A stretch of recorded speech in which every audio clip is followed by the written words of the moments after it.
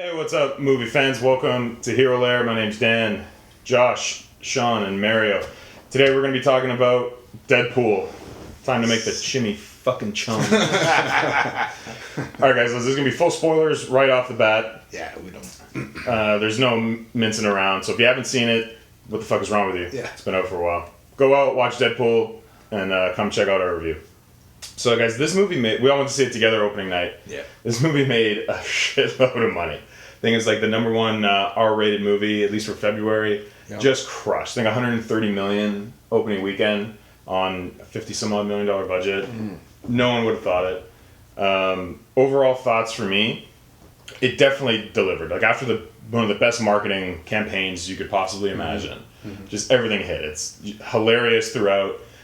Delivers a sufficient enough origin story.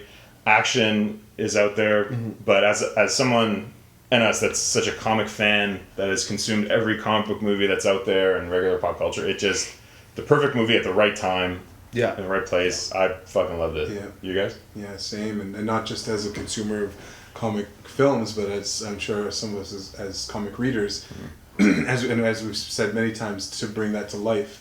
Right, you look at some of the most successful adaptations; they're like as true to the comic as possible. Like look at Frank Miller's 300, and it's like page for page. Right, here they took it. And you felt like, and we were talking about this, right? When we were watching this, it was like page for page. It felt like just a reading a comic coming to life. Not like, oh, they did pretty well at no, it was like this is it. Yeah, this is the thing. This is the real stuff. They just brought it into action, into animation, right? Yeah, agreed. You guys? I think this is like the best adaptation of a comic book of all time. Like, I mean, you look at The Watchmen and other movies, but this one is just like every scene. It was like page for page. You're reading the Deadpool comic, and I mean, I can't wait for the next one. It was like, and especially with they planned it so well that it's like It's award season. You're going through all the The Revenant and all these other movies that are, supposed to just stimulate your mind, and then you have this Deadpool movie that kind of just cleanse your palate. Yeah. And it's just came out at the perfect and it's just like it's like almost like a greasy, delicious hamburger. You know what I mean? You just, but a gourmet one. Yeah. It's Deadpool, man. You got to stick with Mexican food. Mary, I don't know how much you knew about the character going in. Well, unfortunately, the only time I was ever introduced to this character was in that ill-fated Wolverine's origin movie, which I did have. So I had no idea who Deadpool was. I haven't read any Deadpool material, but obviously going into this film came out a huge fan, because it was, you've got all the, so again, if you haven't read anything, if you don't know who Deadpool is, it's still just as entertaining. Comes out at you and right away swept me off my feet as far as just the jokes were there. Everything was funny, everything was brash, just my type of sense of humor. Everything was like, you had the double entendres, you had all this really, sexual humor and everything was the fourth wall humor. And the fourth wall humor. Really well. And then McAvoy Stewart. Exactly. Stuff like that blew my mind. The one scene he's talking about, it's like, we're going to take you to see the professor. And he's like, McAvoy or Stewart. I'm like, what? It's like, you saved the thing. You saved the thing and the thing and the thing. You know what I mean? And I thought that was going to take me out of it a little bit. I thought too much of the fourth wall was going to remove me and be like, you're destroying the foundation of the fiction for me. But for some reason, it just made me laugh, and I just went on with it. I think that's a lot to do with the marketing too. I think the marketing set us up so well. And again, from someone who doesn't know about Deadpool, the marketing of this film was one of the best, social media, television, everything that they used. And even the post, once the film's been out, all these memes, I don't know if they're actual marketing or if they're fan-made memes, but that goes in and of itself, is I can't tell the difference between a fan-made meme and the actual marketing, because it's so close to each other. That's something of itself. And it just shows how much they got it. Right? And how much Ryan Reynolds knows this character and enjoys it from the same perspective. it was good to see an R-rated movie again deliver. Oh, You know, like I know we've gotten some in the past, like Dread. Dread was R-rated, right? Yeah. Really good movie, but obviously, you know, that didn't really have the same kind of marketing push nor the, you know, larger appeal like Deadpool has. But it was just good to see. You're getting a lot of violence. You're getting some swearing. Getting you know, a little bit of nudity is fun to see. Yeah. But done just entertaining all the way through. So. Speaking of that, was this not the best Stan Lee cameo of all time? Yeah. Oh, that was Easily. fantastic. Oh, I don't think fine. Stan's gonna.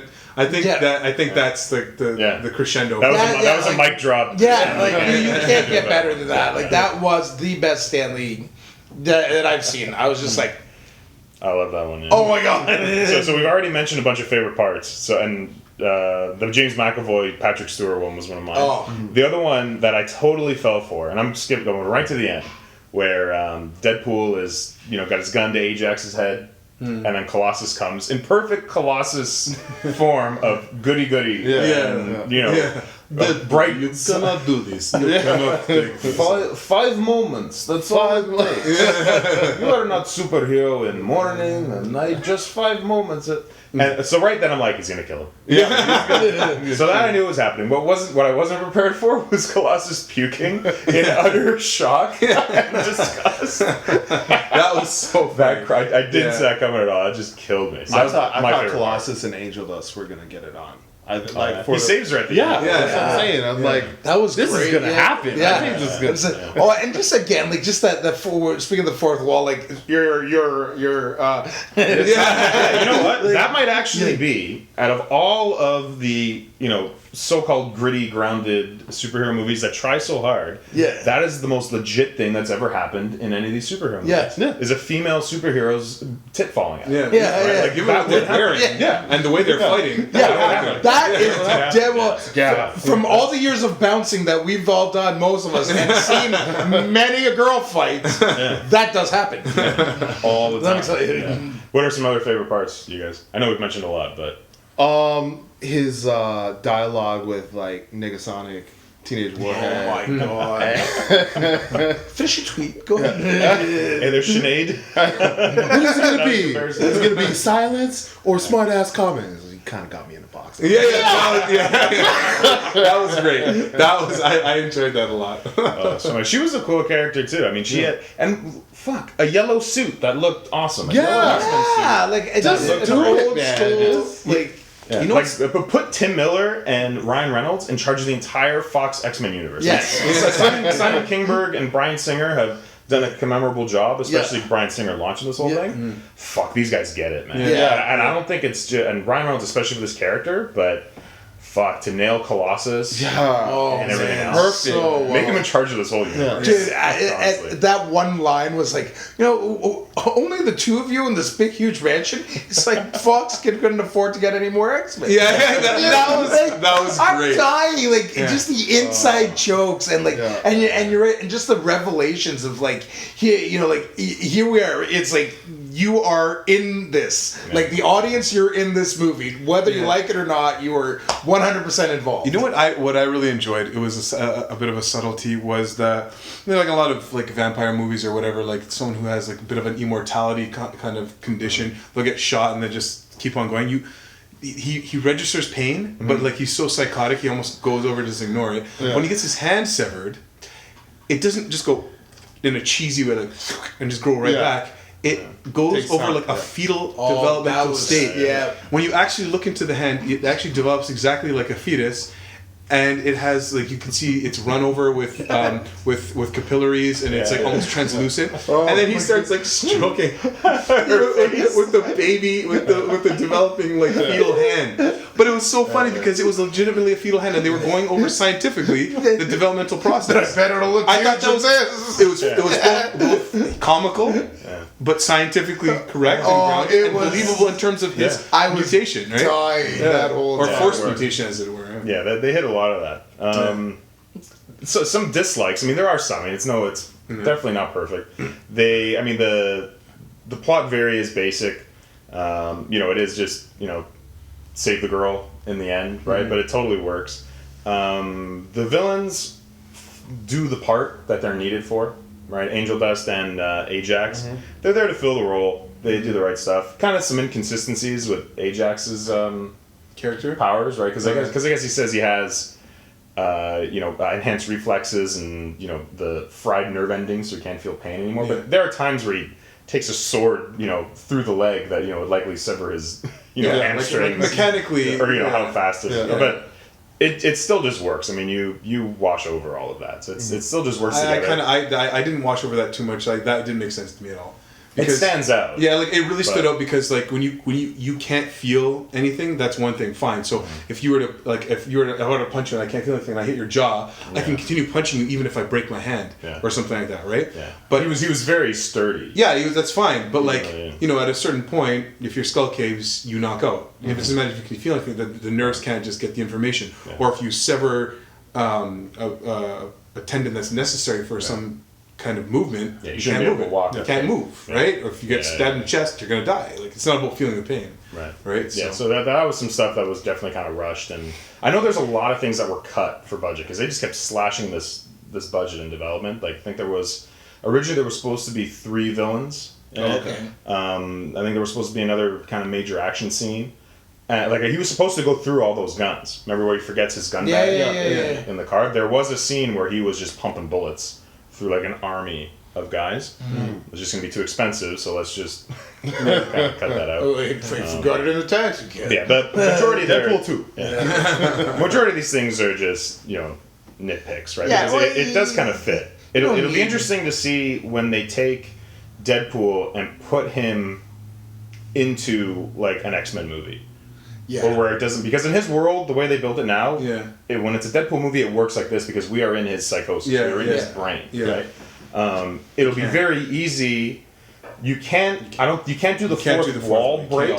Can't do it. But what you can do is if he starts fighting with X-Force or if he goes into like an X-Men movie once they catch up in the timeline, we can watch him how the X-Men in the movie actually see him, which is him just talking to a wall.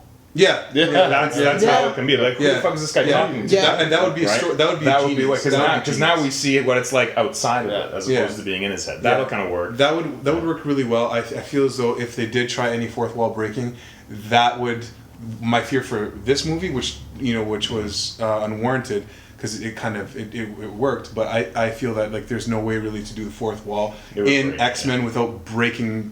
Shattering the fiction. It breaks the rest of the fiction. Yeah, exactly. Like, the tone. You're right. You lose the tone completely, and then logistically you. It should be something special. And that's the whole thing. Is like you have like this was comedic action where the spectrum's a little different in an actual X-Men movie. They'll throw in a little bit of comedy, but it's like 90-10.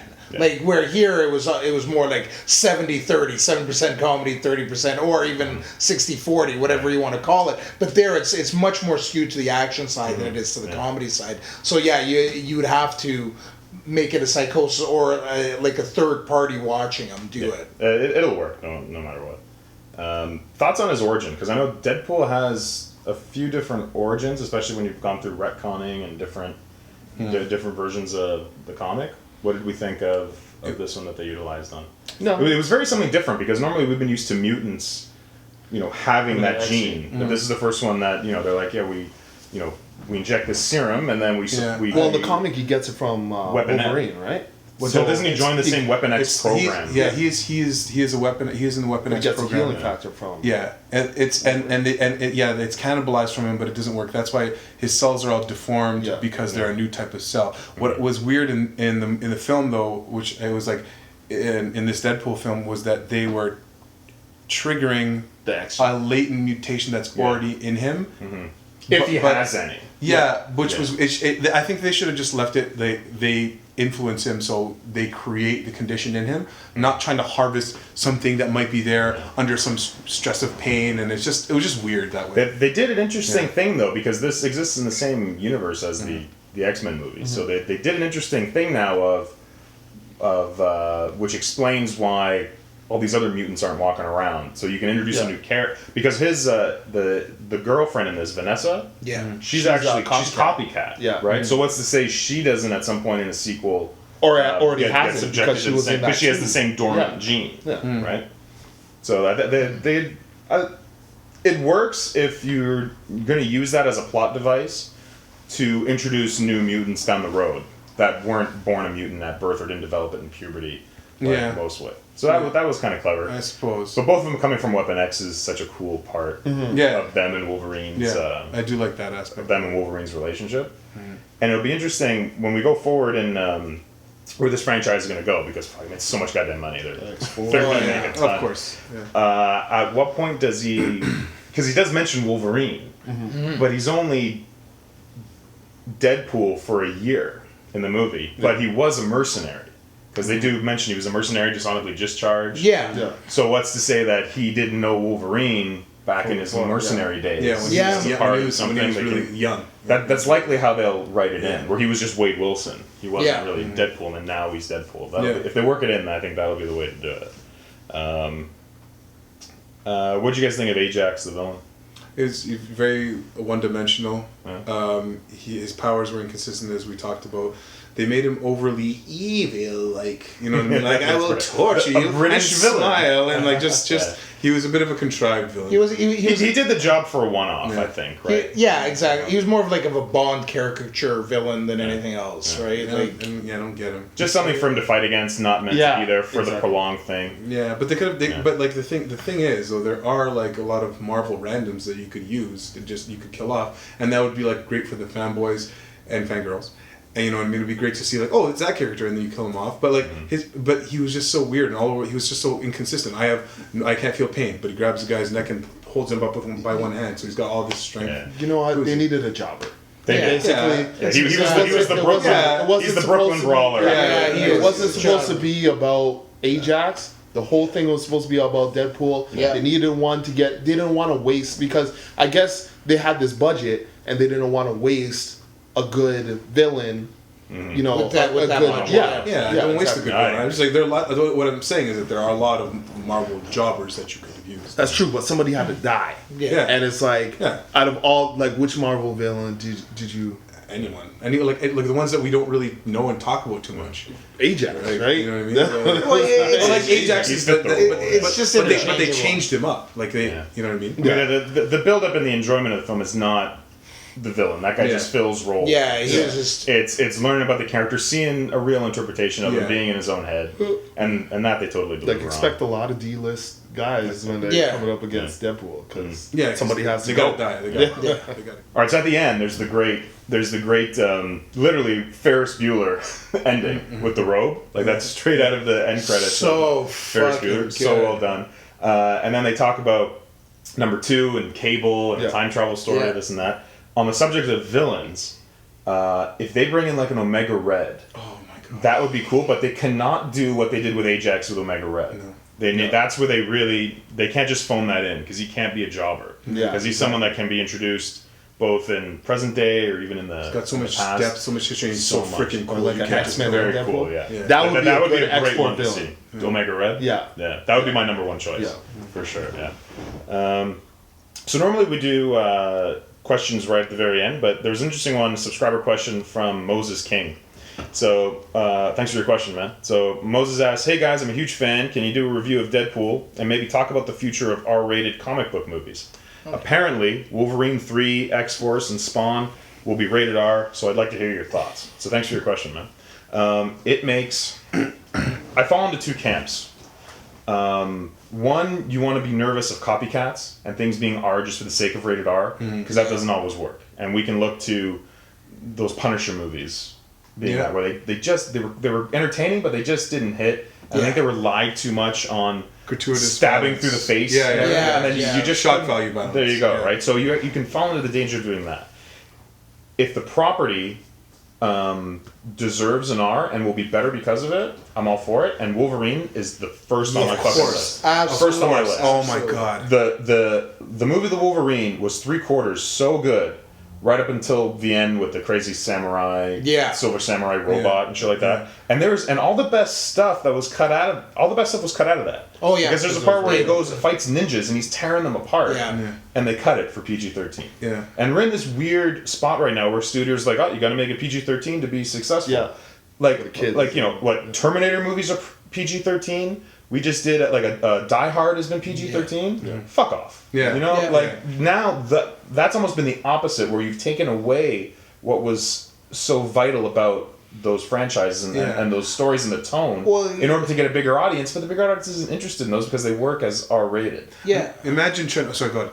No, it's almost like, and they're trying to get on so many other things as well. Like they're trying to get on toy lines. They're trying to sell different merchandise and all this other stuff and appeal to kids on it. And it's like, you know what? If you make the movie good, there's just so much. You can just make the money in ticket sales. Like, don't worry about all the other subterfuge. Like, we don't need everything else. We just need the movie to be good. You can still, at the end, you can still actually make a toy. Like the name Wolverine. Yeah. Here's the interesting thing for Fox, and I think this is where Fox can really carve out its own thing and kind of lead the game. Yes, You know where I'm going that's what I was with going to this. say. Yeah. Because Fox has the movie licensing rights to the X-Men universe, Yeah. right? But that doesn't cover all the periphery merchandising crap. Because that still belongs to Marvel proper. Yeah. If they want to do even a TV show, or if they want to do toys of all these things, they need permission, and Marvel's shot that down. This is why we haven't seen, the new Magneto toy, or why we haven't seen this new. I mean, shit, they would have made a Mystique toy for sure, right? Or any of these new ones, ever since X-Men First Class. That's not happening because they're not allowing them to do it. Yeah. So if you can't get the juice that comes along with the purpose of doing a PG-13 movie, of bringing in a younger audience, then just own the R-rated. Because give us the R-rated Wolverine. Give us the R-rated. Now imagine a Wolverine. Imagine like the Weapon X story, or where you like. Have you guys read the Weapon X comic? Like the original Wolverine comic? No. Oh my! It is amazing, and it just captivates you just because the feral, bestial nature that you get from Wolverine. Him being tortured, him being programmed, sending him out into the forest and like timber wolves attacking him. Oh, this is Origin. Yeah, no, I've read Origin. No, the Weapon X. Yeah, Origin they kind of go into that, but like in the actual Weapon X, right? There's an iconic scene where it's throughout comic history where Wolverine is standing on a pile of bodies, right, from the Weapon X camp. You cannot conceivably create Wolverine's story without making it rated R. In making it rated R, you understand his bestial nature and capacity, the full extent of it, and what makes Wolverine so dangerous. It's when he pops those claws in these other X-Men movies, he's like, yeah, okay, they're sharp. But when he pops his claws after you see like a rated R, you're like, he will tear you apart. It's messy. Yeah, and we've yet to see that Berserker mode. Exactly. And the consequence of Berserker mode. Yeah. You're in line with this, right? guys, you know what this is? This is the Monday Night Wars. This is WCW versus WWE. This is how WWE won, because WCW was this conglomerate and a publicly traded conglomerate, and they couldn't go as far as they wanted to. They had to keep it strictly PG for the children. Now WWE didn't have that problem and said, you know what, we're gonna do it like a Howard Stern. We're gonna push the edge. We're gonna be adult, and this is what Fox should do. If Fox wants to go head to head in this war and perhaps even win it, because then they have to do rated R, and that's what has to happen. And it's like X-Men doesn't have to be rated R. It can be teen, right? But if you do an X-Force, like the comic book, where X-Force is the Wetworks team for X-Men, perfect. Yeah. You can set up. There's so many comic book storylines with Professor X, betraying the X-Men. Well, he keeps a lot of secrets from the X-Men, and he abuses his power. And then Scott Summer kicks Professor X out of the X-Mansion, and he runs it. And that's how this version of the X-Force, where they're all black and tactical, do that. Just do that, because you have nothing else to lose. I agree with Dan. It's like, this is perfect, and this is how you want to work. There's Might as so well much. own it. There's so much material, And that's the thing. Like you might as well own it, like you said. But there's so much material that you could conceivably do both as well. Keep the X-Men universe PG-13 because it's been so. And there is like some peripheral lines that you can sell on that. Like there is like the X-Men merchandise you can definitely sell, but keep the other stuff that you're talking about where you can get people much more involved and you can get adults much more involved in the R-rated. Go for it. There's enough material there. There's so much like lore. But it's picking the right material. Oh, just making it R Yeah. doesn't mean that it's all of a sudden going to do Deadpool numbers. But in the character of Wolverine, and like you said, X-Force, Spawn. These are the three that Moses definitely mentioned. Those three, you handcuff yourself by trying to stick to PG-13. Oh God, yeah. Because those stories are just so so much. The violence is so embedded in those characters, and it's actually important. It's important, and it adds to the story. It's not like look the Gambit movie. I don't need to see. It is the story in some cases. Yeah. Like let's look at the next big one that Fox is coming up after X-Men Apocalypse is Gambit that they're working on, right? That. I don't need to see a head explode from a card. I don't need to see Gambit put a card in someone's mouth and a gratuitous head explosion. Nor do I need to see him go into a brothel, in the French Quarter, and and tits flying. No, that needs to be a different tone. That doesn't enhance the story. That's almost just trying to make up for something that's not there. Gratuitous. Yeah, it's total gratuitous and doesn't help it. But a angry Spawn, right? That is so upset. At life and and this deal that he's made, right? The fact they're actually with the devil and exactly. Vindicator, and it's like and that's something too. Violator. They're all demons. Vindicator, Violator, Vertebreaker, all of them. Right. All of them. Yeah. It's not like anything can go worse for him. He's already getting hell for. Yeah, he's already. There's nothing to go worse. You might as well kill. You know what I mean? Like. Oh, for sure. So hopefully that answers your question. Yeah, we're definitely down for it. We'll see what they do, but fuck, this movie Deadpool has opened up a new avenue for new genres. For this. Even other studios. What was getting tired. They're gonna take a look, man. I'm RoboCop and all those. Moon Knight is around the corner, man. Moon Knight, and it'll likely be. My brother will have an erection. And don't forget though too is you're right though is other places, but then you've got like all the Vertigo comic lines, the Swamp Thing, Sandman, which is coming. That if they did that but now there is reason, financial reason to do that rated R. Because of this opens up again. Like, me being the DC boy here, all the Vertigo lines become much more poignant if they're done within that realm. Yeah, because a rated R is like a parental advisory on a CD. Like people were worried about the parental advisory they're not, but it's sold even more. Exactly. But just do it properly. Yeah, do it properly, help it out the story, and man, these guys knocked it out of the park. Yeah, and I think as I've said as I mentioned to you guys that this was kind of like watching the first Matrix. You're like, this was something a bit revolutionary in film. When you watch Deadpool, this one it's like this is something a little different. It was a reboot of the rated R. Exactly. This is just something a little different. Yeah. And it came at the exact perfect time. Right? Yeah. Let's say that they when did X-Men or Wolverine Origins come out? 2006, 2005? In that range. If they do comic book accurate Deadpool in that movie, I don't think it hits as hard. Because we now have 10 years, over 10 years of consuming more comic book pop culture, which has now come to the forefront of pop culture. Where a pop culture, self-aware Deadpool thrives on that because he's always on the tip. Yep.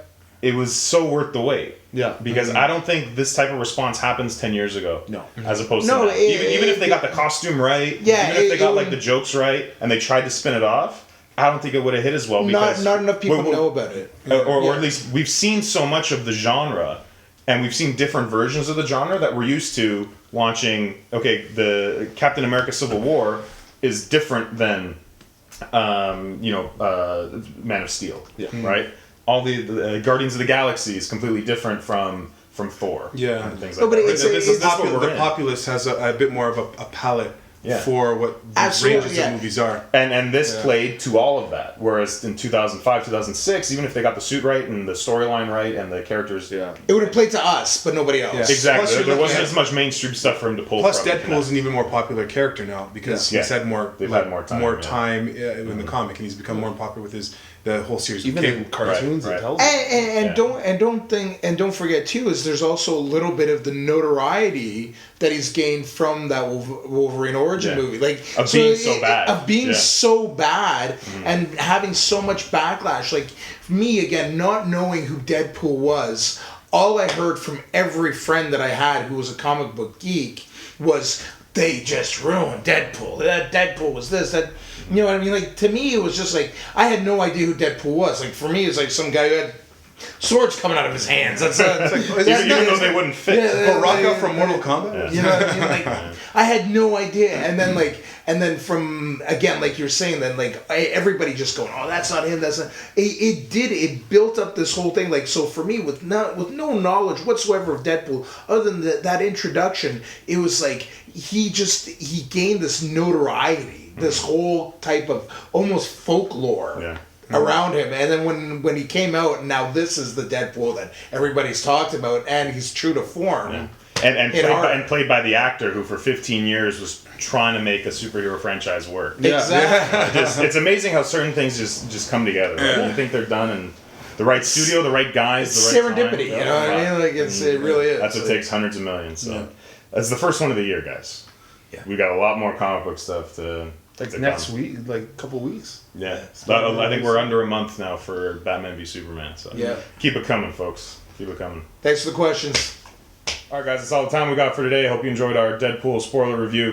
You can follow me on Twitter at DanPhilippeDF. He's Josh Martyr. Where can the folks find you at? Find me for authorship on my website, www.joshuamartyr.com, and Twitter, Joshua Martyr, at Joshua Martyr. He's Sean Sims. Check out my Twitch, Simplicity1. Going to do a whole bunch of Hero Lair video game playing, so check it out. Yep, and here Mario at Mario Hammerall on Twitter. All right, guys, don't forget to follow us on Twitter at the Hero Lair. Please subscribe. Help us get it to 10,000 subscribers. Thanks a lot for hanging out. We'll be back with you soon.